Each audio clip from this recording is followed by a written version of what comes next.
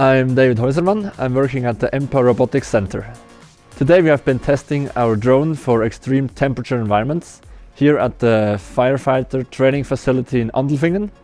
And instead of always testing it in an oven at EMPA in a laboratory environment, we could fly today in a real world fire scenario.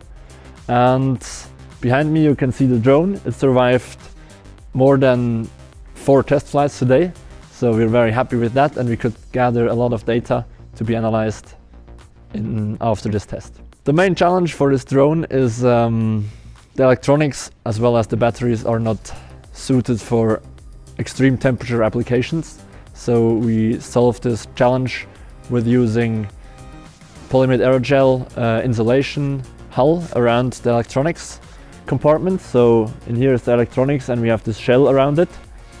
And with this solution we can fly in high temperatures, but also in very cold temperatures.